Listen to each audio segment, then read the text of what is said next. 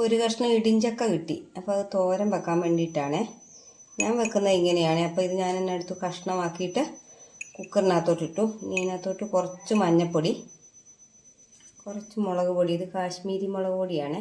ചതയ്ക്കുമ്പോൾ ഞാൻ കാന്താരിയാണ് എടുക്കുന്നത്. ഇനി ഇച്ചിരി ഉപ്പുപൊടി ചേർക്കാം.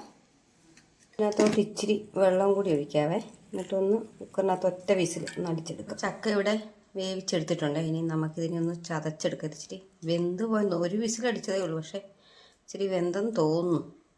അതായത് അടിച്ചെടുക്കാം, ഒന്ന് ചതച്ചെടുക്കാം. മിക്സിയുടെ ആ കപ്പിലിട്ട് ചട്ടി ചൂടായി നമുക്ക് വെളിച്ചെണ്ണ ഒഴിച്ചു കൊടുക്കാം. ഞാനിത് മിക്സിയുടെ കപ്പിൽ ചതച്ചപ്പം ഇച്ചിരി വെന്ത് പോയതുകൊണ്ട് കുഴഞ്ഞു പോയി. അതുകൊണ്ട് അടിയിലത്തെയൊക്കെ ഇച്ചിരി കുഴഞ്ഞു പോയി.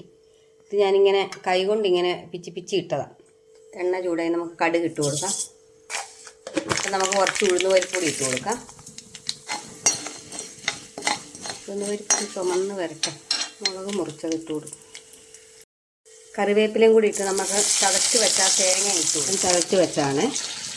ചക്ക വെന്തത് കൊണ്ട് നമുക്ക് ഈ തേങ്ങയുടെ തേങ്ങ ഒന്ന് ചൂട് പിടിച്ചതിന് ശേഷം നമുക്ക് ചക്ക ഇട്ട് കൊടുക്കാം.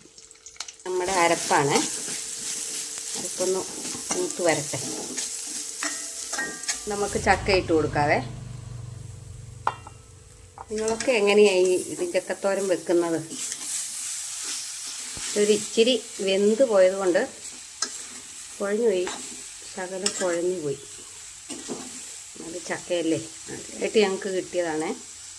വീട്ടിൽ നിന്ന് കൊണ്ടുവന്നതാണ്. നല്ല ടേസ്റ്റ് കാണുമായിരിക്കും. ഇപ്പോൾ ഇടിഞ്ചക്കത്തോരൻ റെഡി ആയിട്ടുണ്ടേ. കുഴഞ്ഞു പോയാലും നല്ല ടേസ്റ്റ് ഉണ്ട് കേട്ടോ. ഇത്തിരി കുഴഞ്ഞേ ഉള്ളൂ.